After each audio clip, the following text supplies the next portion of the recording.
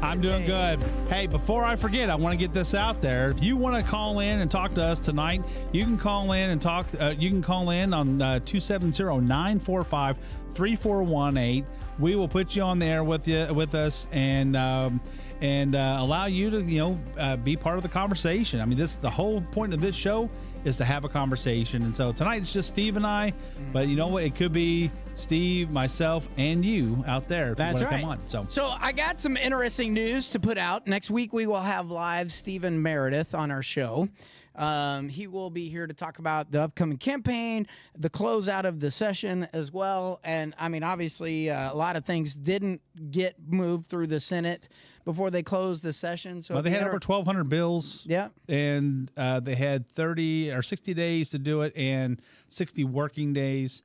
They had to get done by April 15th. There's a lot of emphasis on the budget, though. And there's so much, and this is a budget year, so the budget's going to take up about half of that time. It took more, though, because they're going into like over $130 billion in spending. Yeah. From 48. So it's a lot of money. Well, I mean, we got into, we had a rainy day fund, what they call it up there. And I think Steve and Nancy. It's actually a reserve fund. Yeah, it is. It's a reserve fund. They call it a rainy day fund. Reserve fund, rainy day fund. What a rainy day is basically a reserve for a rainy day, right? Yep. And so basically what that is that, they have money set aside that will allow Kentucky, the government of Kentucky, to run.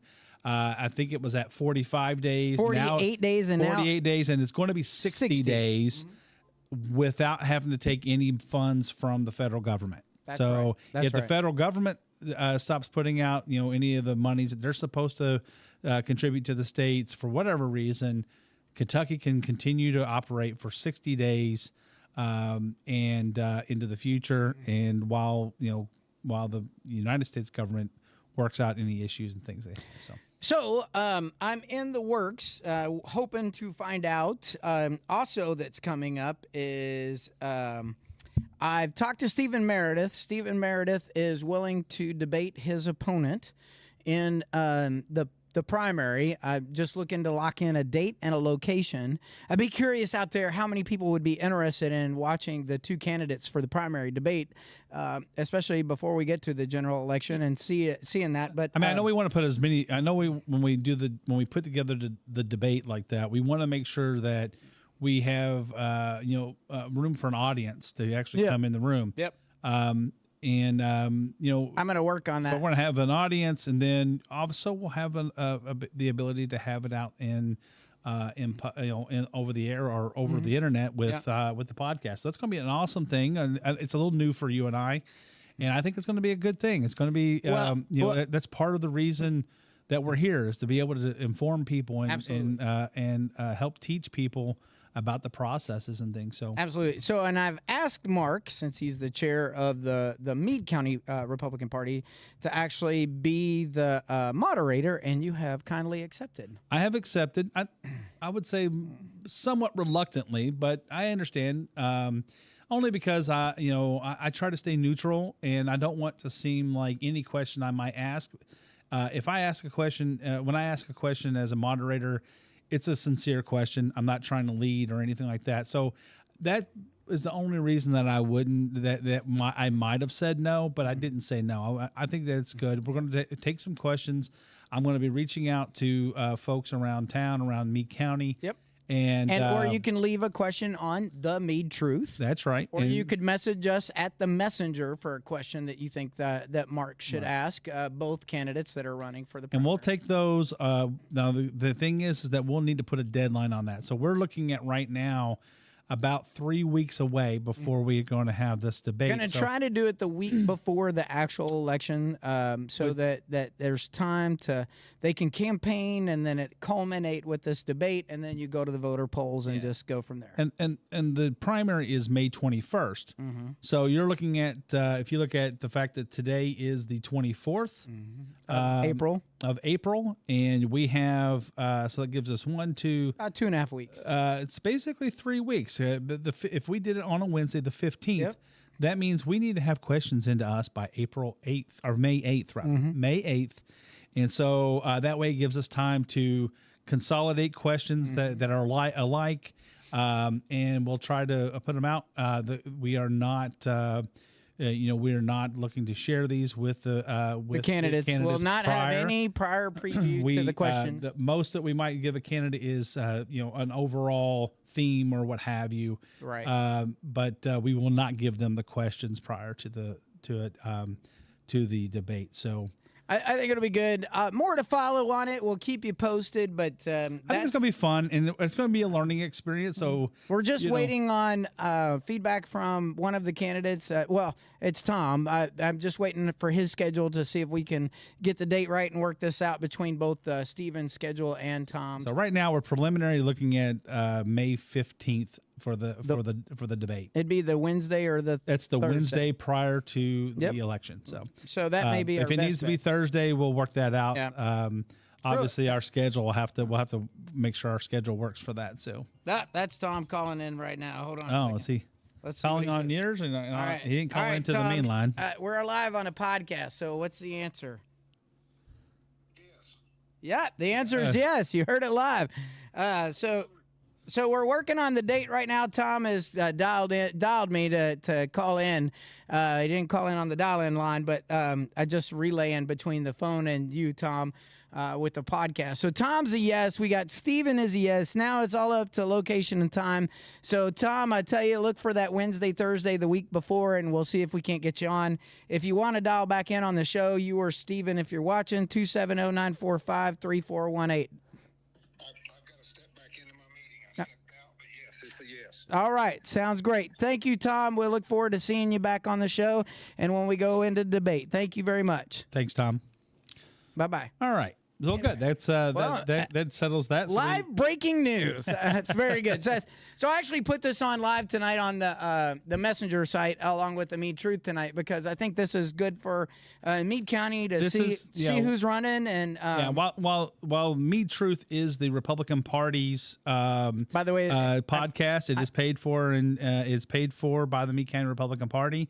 I represent the Meade County Republican Party, and they're they've been kind enough to pay for this for quite some time. The Republican Party. The Republican Party has, and we pay the Messenger Studios for the airtime and the production. So, Democratic Party has the same opportunity. Just letting everybody know on that. So there's studio space and time available for anybody interested in doing podcasts to get their word out and all that stuff. But see our advertising team to work that out.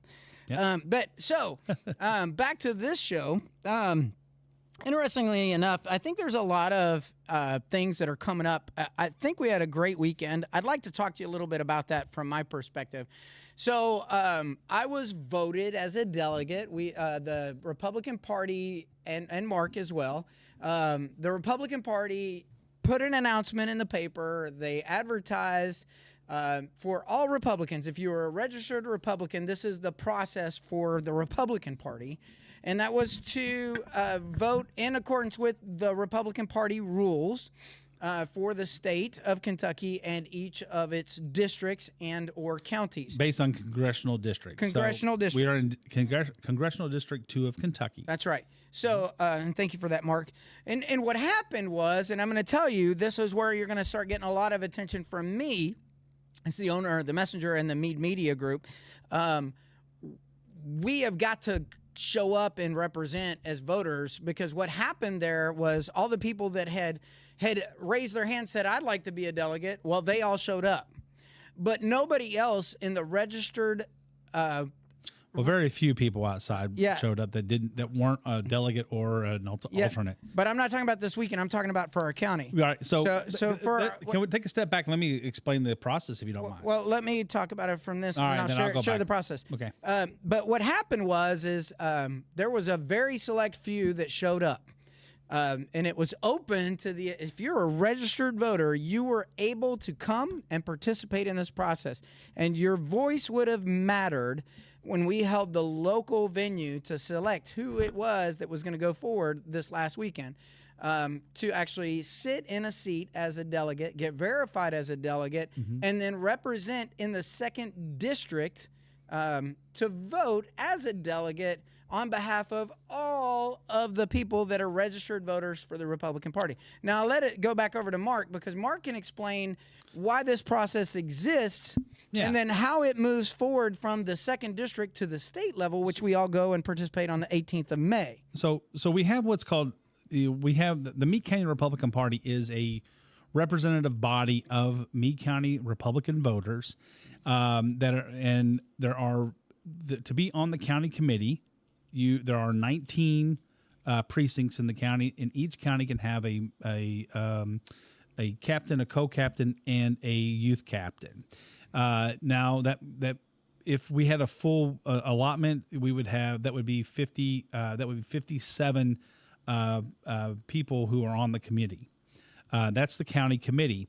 So that happened every 4 years. Every 4 years, on the year following the presidential election, the county party is completely taken down to nothing, and each precinct then votes in their 3 officers, and then they meet as a county committee and they vote on who your chair of the county party, the vice chair.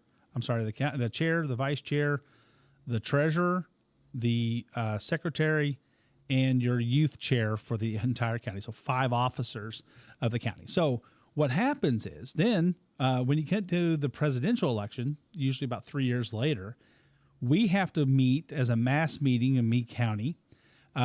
First thing we do is we, as a county committee, right, those 57 plus 5 officers, and then Meade County we also vote as a committee to have our elected officials as de facto members, voting members of our committee. So if they're fortunately, most of our elected officials in Meade County are also, captains or co-captains of their precincts. But there's a few cases where they're not, and those folks are.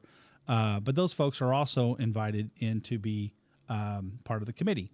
So we all meet. Everyone has an opportunity to put in names or what have you, and our responsibility is to create a slate of delegates and alternates, so that we have Meade County for our size, and it's based on the total number of voters that came out in the previous election, and so there's a mathematical process to get that.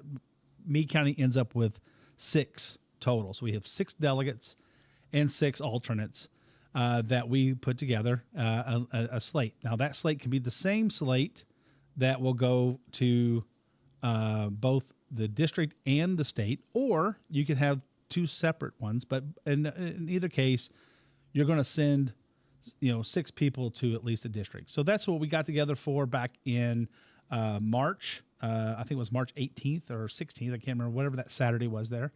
And on that day, we got together and did a mass meeting. We only had a few more members show up to vote on that. Now, all we're doing at that point is we're ratifying, at that meeting, we will ratify the county committee's slate and the slate of delegates, and we will also ratify the slate of committee members. Right. So there's 4 committees. I'm neglecting to say, but there's 4 committees that you'll put members on that will help select different things at the convention. So there's nominations committee. There's permanent organization of the convention or the mass meeting. So the 2nd District permanent organization. That's who's going there. That's who those people get together and say, we're going to suggest that this person is the chair of this convention, the permanent chair, so that they will be the ones that will gavel in and gavel out, and that'll be the official. And then there's another one for nominations, and those nominations will be for different things like who's going to be on committees at the state level, who's going to be our elector from the 2nd District for the presidential. So they're the ones that will go to. They will actually be the one that goes and actually places our vote for hopefully Donald Trump in November or at the national convention. as the at the not the national convention, but at the electoral college. Yes. Right. So that would be the Republican. So if a Republican wins, the Republican elector will go from the 2nd district, and then. Like I said, the nominations committee, there's a couple of different things that we're going to do on the state level, basically the same as we have at the. And what was the last committee? And the last committee is just our delegates, people who will represent the 2nd district. So each district can take 3. Each district gets 3 delegates themselves, and then so there's 6. There's 6 districts in Kentucky, so 18 of our delegates will be decided by the districts themselves. And then at the state level, they will pick an additional 25 or something like that at large that can go. But each of the so it's get one. Essentially to pick 3. It's a reverse pyramid, essentially. Yeah. Because the final, selectees that go forward to represent as delegates at the national convention or as electors represent the entire vote of the state of Kentucky. And let me tell you, so this is where it gets really interesting. So we show up, and based off of participation in each county, really tells you about how much interaction goes on between neighboring counties and their county parties, because those relationships politically matter for those involved. And if you have the same people showing up all the time, you get the same old, same old. But if you get new blood that comes in and starts bringing in new blood, then the same old gets kind of roosted out, is what I experienced from this weekend. And I'll give you an example is I've never sat in a meeting where, they always say Robert's rules, but then they say all in favor say aye, and you hear loud, thunderous aye. But then when they say all those opposed, and you get the same loud and thunderous from the nays. And so at that point, you end up in a standing vote, and then the ayes have it or the nays have it based off of the count, unless the rules say that a 2/3 majority will win, because you could be 50-50 in the room, and the 2/3 does not overwin, and so then the ayes then have it.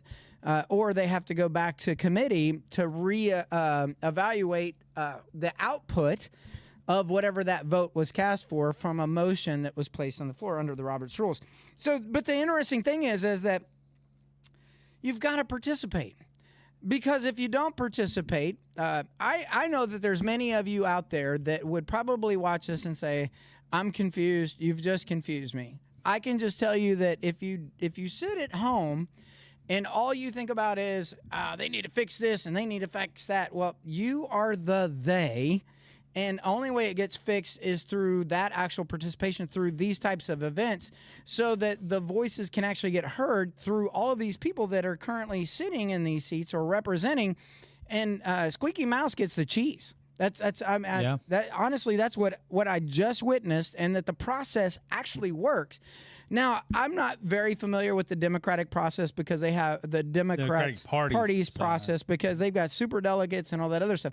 They don't go through as much of a Democratic process as what I witnessed this weekend with our delegation, but it is very much a delegation, and there's no super majority. It is either you are with, and for those that are firmly affixed on issues, and many other are like-minded, it seems like that the process works. But if you're at home and you're not participating, and it's not just this type of event, whether it's with your party or a party affiliation, whether you're a Democrat or a Republican, you should go and visit your party when they have meetings and host meetings, and get involved and find out who's who on each side and representing you, because there is confusion between what national issues are and what local issues are, and what each party is doing locally to represent the county as a whole. Because ultimately there are no divisions once people are elected. They are representing all of the body of the people, not just a select few. And in saying that,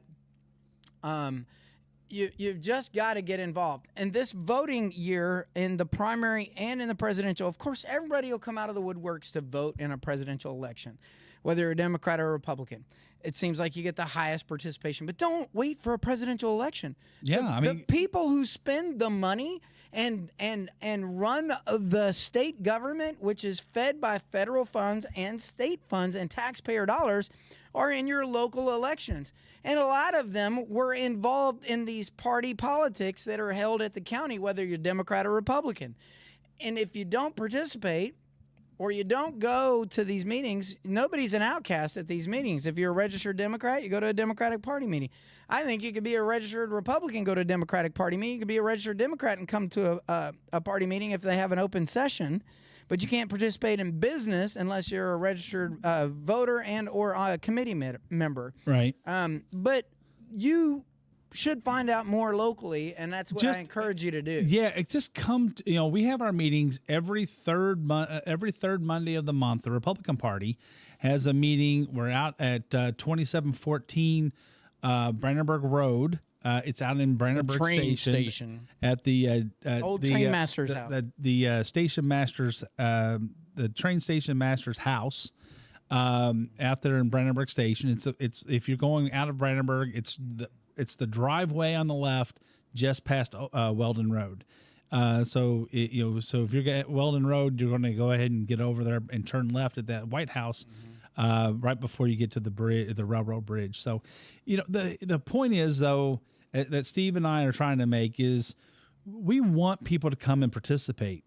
When we run a meeting at the Meade County Republican Party, we want people to come and talk and discuss ideas. We want to keep it, obviously, be under control. Yeah. But we have an open and public session every meeting that allows people to come and make announcements, or if they have ideas about things. And we will, we want to hear even people that we don't that maybe not agree with us, or we don't agree with them. We still think it's worth letting them be heard. 100% value added to hear opposition to any issue. Yeah. So if you disagree with constructive, not destructive. Well, yeah, we need to make sure that it needs to be done in the right light. We don't want you coming in and just tearing other people down. Yeah, just to be tearing them down. But if you're coming in and you're putting some facts together that says, hey, this person, this person is doing this, and this, and I disagree with them being being our candidate or something like that, that's okay too. But do it respectfully. Yep. And don't make it a Columbia University Antifa / anti-Israeli event that's obviously making the national news and the headlines. And that's terrible. I mean, it's like. I don't think these kids that are going there even have a clue what they're saying.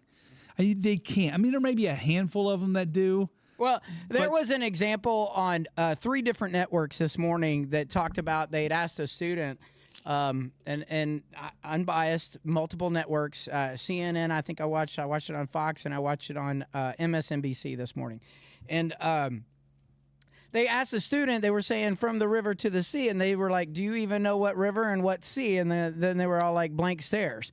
You know what I mean? And that's been fluid throughout many questions simple to that. I'm not going to elaborate on each different network's questions. That's because they're being taught in school 100%. to be activists, and they don't even know what they're being activists for. In my opinion, activists don't make good leaders, first of all, because activists have a very narrow view of things they want to get done. There's very specific things. And when you're asking for an activist to become a leader of, like a senator or a representative or a governor or what have you, once they get past those few things that make them that they care about, now they rarely know how to lead beyond that. That's right. And so it's when you're an activist, it's usually you want to affect leadership and put effective leadership in place that will listen to you. Yeah. And then beyond that, allow them to go and allow them go and lead and be so I think it's an important piece that people don't realize, that it's when you're angry about something, that means you're an activist. You've been activated. Yeah. Right. And then, but when it comes down to leadership, now that doesn't mean that non-activist leaders are all good, because there's bad leaders out there that don't know how to lead. Numerous examples. They have, there's tons out there. Historically, numerous examples. And so, yes, activists are not wrong all the time about the leadership. It's just that they don't typically make good leaders. And so, but there's a lot of people out there that will try to activate people to get themselves elected because they have very specific things that they want to get done. But then, and they're willing to, and some of them are willing to burn down the house to get rid of the mouse. Right. Yeah. And that's the way I look at it. So you got to be careful. Don't burn down the house to get rid of one mouse. Let's work through it, build the right mousetrap. Let's get it done and work together to make sure it happens.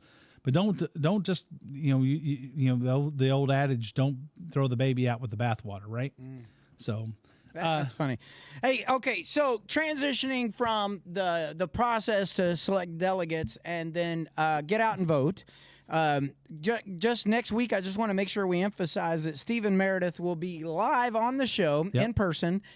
So we'll have lots of questions for that. Please tune in, ask questions, send us questions, and we'll ask him before we have the show or during the show. And really and truly, we're not even really transitioning, because the whole point of this entire show that we've had so far is we need you to participate. That's participate and in the committee, in the party, and it's also participate. Number one, participate by going and voting. It's going to be. I mean, if you want to, I mean, there's a lot of people who want to see Donald Trump as our presidential as our Republican candidate for president. Yeah. And there's a lot of people who say, well, he's already, so there's no sense in going. But you still can show people that how important it is to you by going and voting for Donald Trump and the down ticket during this primary election. It's important to make your voice heard. It's not just important for me to hear your voice, but it's important for you to put your voice out there, to let people know that you care about these things. Because because as I said earlier, if you don't show up and vote in November, we lose our ability to be represented because we don't have enough people show up at the polls. So, when it comes to selecting delegates and things, you need to. If we get more Republicans to show up and come vote for our candidates, then we will get better representation when it comes to selection of delegates and things moving forward. So if we want to, like we had 6 this last time, if we would have just had another 3,000 votes, that's 2 more delegates that would have been added onto our district, and would have been a much better showing for us at these other things. So we need your help. We need your help to come and to vote, just so that we can make sure that Meade County is always represented represented to our fullest at these meetings.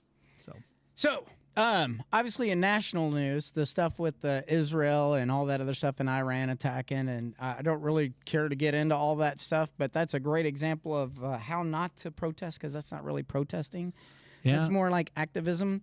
And honestly, frankly, it's kind of disturbing because it's almost it puts a lot of Republicans. It kind of gives us there's a lot of Republicans who are torn about this whole thing, because they want to represent, they want to put money and give money to support Israel. Yeah. But they get held hostage on Ukraine in order to get that. Yeah, I saw that. And it's like, well, they want to. That's another case where they want to burn down the house. So Brett Guthrie I talked to Brett this week at an event. Baptist Health opened a new place in Radcliffe, supported by a Bound Credit Union, which is super amazing for all of our veterans and our citizens in both Radcliffe and the Meade County community, but especially for our TRICARE folks that are either civilians of military working at Fort Knox and surrounding. But that facility opened up. Brett Guthrie was one of the key individuals that helped with that, along with the mayor of Radcliffe, J.J. Duvall, and Baptist Health Hospital. Tremendous showing there. But I talked to Brett at that event, and he wants to come back on our show to actually talk this topic in depth. So, Mark, you and I have to get him wrangled in to come in on the show. He'll probably be a dial-in, but I think it would be great to get that insider information, and not from some network. You get it right here from the Meade Truth and the Messenger Studios to actually get on the ground voice of your representative who is there in Congress and listening to these fights that you won't get otherwise because of I've got a time crunch or I've got to put commercials up and stuff. I mean, that's a great opportunity for us to get that. And I've really always appreciated that Brett will come and talk to us. 100%. Before we even had the podcast, Brett would come in town and we would get a group of Republicans and stuff just to talk to Brett, just anybody, and he wants to talk to just normal folk. He doesn't want like just the leaders of the party and things. He wants us to, put an invitation out and and to our Democratic watchers, watchers, you are more than welcome to chime in when he comes on. I mean, he is our elected official.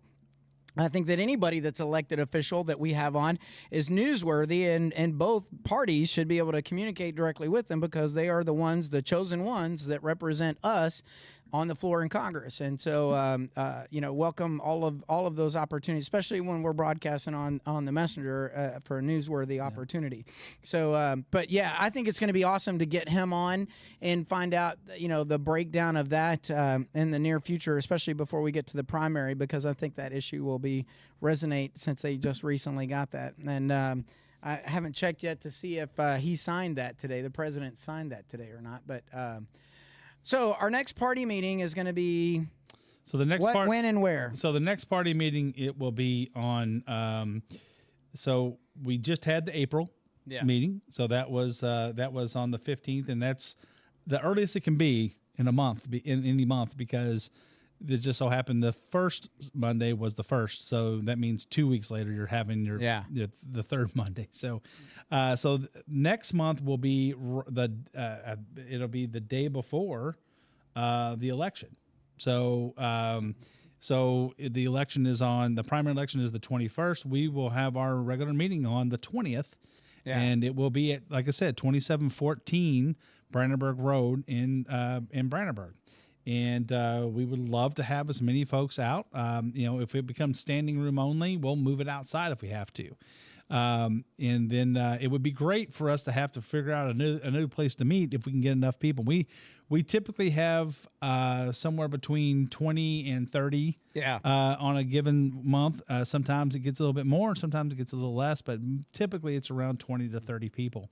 And that's fairly comfortable inside the building. But we would love to be able to, have to move it outside and bring a lawn chair, bring your folding chair, exactly. Folding chair. Yeah. So we would love to have to do that and, circle around the cars or something or whatever. But, it's at 7:00 on the third Monday of each month. And we would love to have any of you registered Republicans to come out and talk to us and help us understand what we can do better in the community, how we can better represent you. And then we'll also talk a little bit because next year, once the presidential election is all over, and we have our Republican nominee Donald Trump as president, which I think that's what's going to happen. I think we're going to get a curveball from the Democratic Party. Well, they're going to try to throw curveballs, but I don't think nothing's going to stick unless it's just. We'll see what happens. Yeah, I mean, it's going to be an interesting election year. They're throwing everything at Donald Trump right now that they can. Now it's like, oh, they're going to fine him because of the gag order, and it's like, well, you can't talk about, there's nothing that he said in those. He just said interviews. He couldn't campaign. Yeah, he just said, him up. Yeah, they're just but they're trying to do everything they can to try to take every dollar out of his pocket, every minute off of the campaign trail, and it's a shame that and this is the stuff that they're saying that Donald Trump was trying to do when he was talking to Ukraine about what the heck Joe Biden was talking about when he said he got the guy fired. Yeah. I mean, Joe Biden said I got him fired and because he was going after my son, my son's business. Yeah. And And by the way, the reason his son's in that business is because, they wanted him to go after they wanted to get favor from on things like Ukraine and such. So anyhow, American public's not stupid. That's absolutely true. I mean, that's exactly right. The American public knows what's going on. They see it, and they don't need to, and you're going to see it. They're going to see that vote. I mean, right now, the election, if you went through and looked at the different polls and things right now, he is leading. He's leading by 4 points in Wisconsin. He's leading by 2 points in Michigan. There was a weird poll that came out. Now, they said it was tied in Michigan today. There was one but in the average, he's still got like a little 2 or 3 point lead. 4 points in Wisconsin. It's actually closer in Minnesota now. But there was a really weird poll that came out in Pennsylvania. Like there's been no indication that Joe Biden has won any poll in Pennsylvania in 6, 7, 8 months. Mm-hmm. And all of a sudden he had 10 points. He had a 10-point lead in Pennsylvania. Nobody's buying that one. Wow. That's an outlier of outliers. When you go from being down 3 or 4 points to being up 10, that's a significant jump. Now, I also saw something interesting yesterday that did you know in Pennsylvania that the Republicans have narrowed the voter registration to half of the lead that the Democrats had. So the Democrats at one point, I think, had 890 some thousand. They have the voters. Same problem in Pennsylvania, though, that we do in Kentucky. That we did have. I got it, but it's still the same problem. If you don't show up, you can have all the registration you want to, but if the voters don't show up, the cities will win hands down because their voter turnout is much higher than the rural areas turnout in sheer numbers. And if you don't full-fledged bring your whole crew of everybody that's on that registration list, the cities will win out every time. Vote. I mean, that's we believe that. Well, we've got that math problem that proves that if every registered voter in each of the counties that was a Republican showed up, you would have hands down not only sent a message to these large cities that know they continuously win over and over again, you would have actually just shut down any of those cities ever again from being able to declare their Democratic rule over them. And the same math problem could apply if the Democrats did the same thing in a rural area. But nobody's showing up to vote because they don't believe that their vote works. And I can tell you from the messenger standpoint, I am going to be I don't care which party you're in, independent, libertarian, Republican, whatever, or Democratic Party, go and vote. Make it known. Yeah. I would love for Meade County to have 100% it'll never happen. But if 100% of the voters showed up, it would send a clear message about how much we care about November, what happens. Come November, you'll probably see close to 50% or more voters go to the polls. Yeah. But the primary is going to be closer to 20%, right? Yeah. And so, and that's just it baffles me. Mm-hmm. But Got it. I don't know why we're doing all that. No, you're good. Keep going. Anyhow, so I think that's our cue. No, you're getting there. Go. It's it baffles me that we're not getting the people out to the polls. It baffles me that they don't care enough about it. But it's like, it tears their heart when they don't get when they don't think they got the right guy. And it's like, but if you had more people who would care about it up front, to go, go find the right guy. Yeah. I mean, when we were looking for a candidate for judge executive, and we found Troy Koch, and he wasn't convinced right away to run. No, he took his time. He's a very measured approach. This is what you would hope, and he's been a great judge executive. I think so. I know so. And I think and there's a lot of people out there that believe so as well. That they were very, very pleasantly surprised at how well he's doing and how much he cares about the community, because they didn't know him before, but they took a chance on him. Next meeting is May 20th. That's right, right before the election. Right, the day before the election, and we want to see as many of you out there as we can get. Now, Election night, we will be holding the numbers and doing that as well on election night and giving you all the information that's the information across the nation and keeping you tuned in at least for our local stuff right here at the Messenger Studios and also with the Republican Party. So join in with us and come back next week. We will have Senator Stephen Meredith on the show, and we look forward to seeing you guys next week. Have a good night, guys. Have a good night.